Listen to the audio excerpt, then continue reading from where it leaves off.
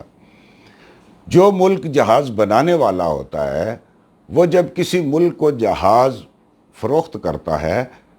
تو وہ اس طرح جیسے وہ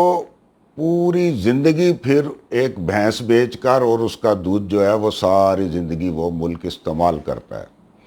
کیونکہ جہاز کی ایک چیز تو یہ ہوتی ہے کہ جہاز میں بہت زیادہ لائف کمپوننٹس ہوتے ہیں، یعنی کہ وہ خراب ہوں یا نہ ہوں ایک مدت کے بعد آپ نے ان حصوں کو، ان سپیئر پارٹس کو آپ نے تبدیل کرنا ہوتا ہے، اور فرانسیسی جہازوں میں یہ بہت زیادہ لائف کمپوننٹس ہوتے ہیں اور کمپیوٹر میں ان کا ریکارڈ ہوتا ہے کہ بھئی یہ جو پارٹ ہے یہ تو ابھی ایکسپائر ہو گیا، اس کو بدلا دیا جائے۔ تو ساری زندگی وہ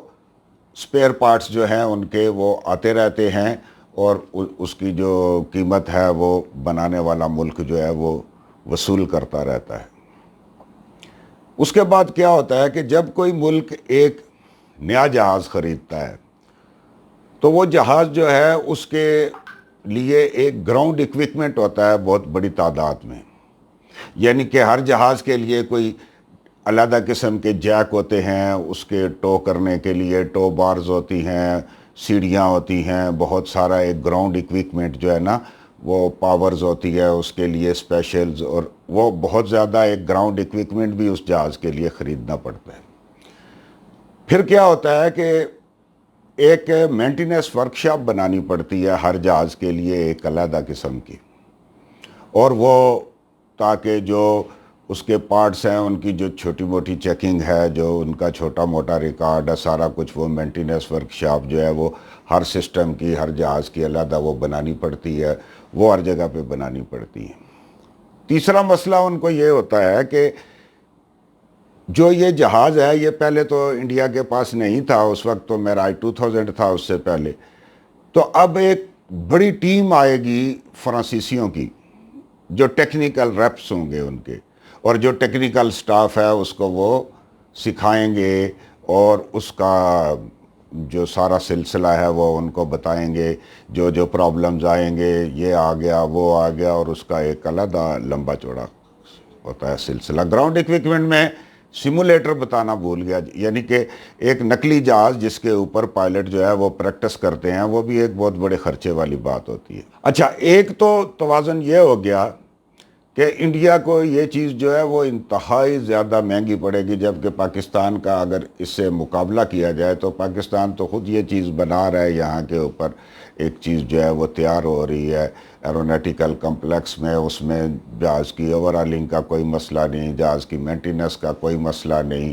جہاز کی جو ٹیکنیشین ہیں ان کی ٹریننگ کا کوئی مسئلہ نہیں۔ جو ہمارے پائلٹ ہیں وہ JF-17 تھنڈر کے اوپر اس قدر ماہر ہو چکے ہیں کہ دنیا میں جہاں کہیں بھی ایئر شو منعقد ہوتا ہے تو پاکستان کو بھی دعوت نامہ ملتا ہے۔ وہ دعوت نامہ اس لیے ملتا ہے کہ جب ہمارا یہ جہاز جاتا ہے وہاں پہ JF-17 تھنڈر اور یہ اپنے کرتب اور اپنا یہ مظاہرہ کرتا ہے تو لوگ اس کو بہت زیادہ پسند کرتے ہیں، تو اب ہر جگہ کے اوپر یہ لازم ہوتا ہے کہ JF-17 تھنڈر کو بھی جو ہے وہ بلایا۔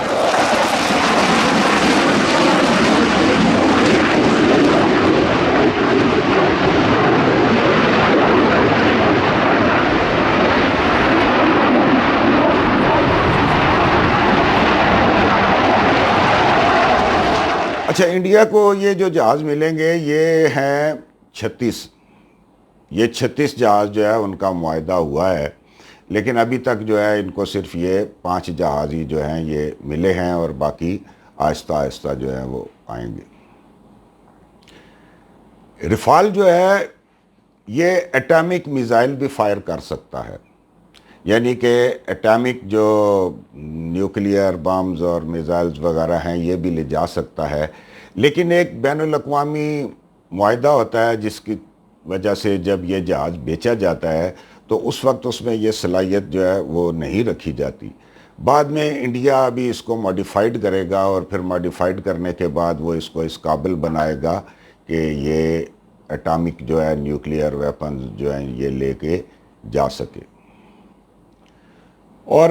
جو رفال ہے یہ ہوا میں 150 کلومیٹر تک میزائل جو ہے یہ مار سکتا ہے، 150 کلومیٹر تک اس کی رینج ہے، اور زمین کے مار کرنے کی جو اس کی صلاحیت ہے یہ 300 کلومیٹر تک ہے۔ اچھا، رفال جو ہے یہ 360 ڈگری دیکھ سکتا ہے، یعنی کہ یہ اپنے ارد گرد دائیں بائیں اوپر نیچے ہر طرف جو ہے یہ اس کے اندر ایک سسٹم ہے جس کی وجہ سے اس کی جو ویزیبلٹی ہے، جو پائلٹ ہے وہ 360 تک اپنے چاروں طرف سے وہ چوکنا ہوتا ہے۔ اس میں ایک اور خاصیت بھی یہ ہے کہ یہ ایک چھوٹے سے رن وے کے اوپر بھی اتر سکتا ہے، اور جو بیری بیڑا ہے اس کے اوپر بھی اتر سکتا ہے۔ JF-17 تھنڈر جو ہے یہ جیسے کہ آپ کو پتہ ہے کہ چین کی مدد سے یہ بنتا ہے، اور یہ طیارہ ایک کم وزن 4th generation multi role aircraft ہے۔ اس کے اندر ہی اس کی یہیں پہ اس کی اوورالنگ کی سہولت بھی ہے، اور اپ گریڈیشن یعنی کہ وقت کے ساتھ ساتھ اس میں جو تبدیلیاں کرنی پڑتی ہیں، جو ماڈیفیکیشن کرنی پڑتی ہے، اپ گریڈیشن کرنی پڑتی ہے، وہ ساری یہیں پہ اوپر اس کے ہو سکتی ہیں۔ یہ جو JF-17 تھنڈر ہے یہ F-16 کی طرح اپنا جو ہدف ہے، چاہے وہ زمین کے اوپر ہے یا وہ ہوا میں ہے، ہوا سے ہوا میں یا ہوا سے زمین پر، اس کو آسانی سے اپنا جو ہے وہ ہدف بنا سکتا ہے۔ JF-17 تھنڈر کی ایک صلاحیت ہے جسے کہتے ہیں PVR۔ PVR کیا ہے؟ یہ ہے بیانڈ ویژول رینج، یعنی کہ یہ اس جگہ سے بھی میزائل فائر کر سکتا ہے جہاں سے یہ نظر نہیں آتا، آنکھوں سے نظر نہیں آئے گا، لیکن وہ اپنے ریڈار کے اوپر دیکھ کے جو ہے وہ اپنے ہدف کو جو ہے وہ نشانہ بنا سکتا ہے۔ جیسے آپ نے یہ فلموں میں دیکھا کہ وہ ایک میزائل لاک کر کے جو ہے وہ چھوڑ دیتے ہیں، اور بہت ساری فلموں میں آپ نے دیکھا ہوگا جہاں بھی جائے وہ میزائل اس کا پیچھا کرتے ہوئے آخر اس کو جا کے ہٹ کر لیتا ہے۔ JF-17 تھنڈر جو ہے اس میں انتہائی جدید جو ہے وہ ریڈار نصب ہے، اور یہی جو بڑا ریڈار ہے ایک اچھی قسم کا، یہ ریفال میں بھی ہے، اور دونوں جو ہیں ان کے اندر یہ خاصیت ہے کہ یہ اپنے ہدف کو لاک کر کے اور اس کے اوپر اپنا یہ جو میزائل ہے یہ مار سکتے ہیں۔ تو جب ان کا کوئی ایسا آمنا سامنا ہوا تو یہ بڑے مقابلے کی جنگ ہوگی، لیکن اب ایسا نہیں ہے۔ جیسے MM عالم صاحب، سر MM عالم صاحب، ان کے پاس جو F-86 سیبر ایئرکرافٹ تھا اس کی 3 گنیں ادھر تھیں اور 3 گنیں ادھر تھیں، اور وہ 6 فائر ایٹ اے ٹائم ہوتے تھے، اور وہ زمانہ نہیں ہے کہ پہلے جہاز کو دیکھو اور پھر اس کو گولی چلاؤ اور مارو۔ اب تو جہاز آنکھوں سے آپ دیکھ بھی نہیں سکتے، ریڈار کے اوپر آپ کو نظر آ رہا ہوتا ہے نقطہ، اور پھر آپ لاک کر کے اس کے اوپر بھی میزائل فائر کر سکتے ہو بہت۔ اچھا، بہت سارے ماہرین جو ہے وہ یہ بات جب کریں کہ رفال اور JF-17 کے درمیان جو ہے آپس میں شہزاد چودھری جو ہیں وہ کہتے ہیں کہ ایسا جو آپ کرتے ہو ایسا ہو نہیں سکتا۔ ہر جو مشین ہے، ہر جو چیز ہے وہ اپنے ایک مقصد کے لیے بنائی جاتی ہے، اور پھر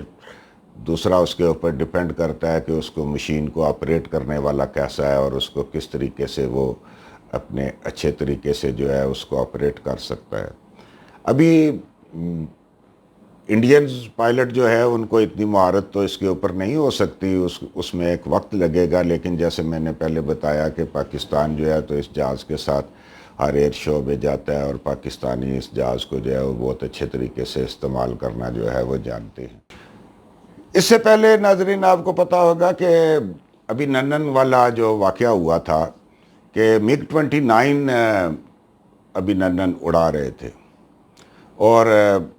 ہمارے ایک پائلٹ جو حسنین صدیقی تھے انہوں نے ان کا جہاز مار گرایا، اور پائلٹ جو ہے وہ پیراشوٹ سے اتر گیا، اور پھر پاکستان نے اس کو انڈیا کے حوالے کر دیا۔ یہ واقعہ دنیا بھر میں دیکھا گیا، لوگوں نے اس کے اوپر مختلف کمنٹس کیے۔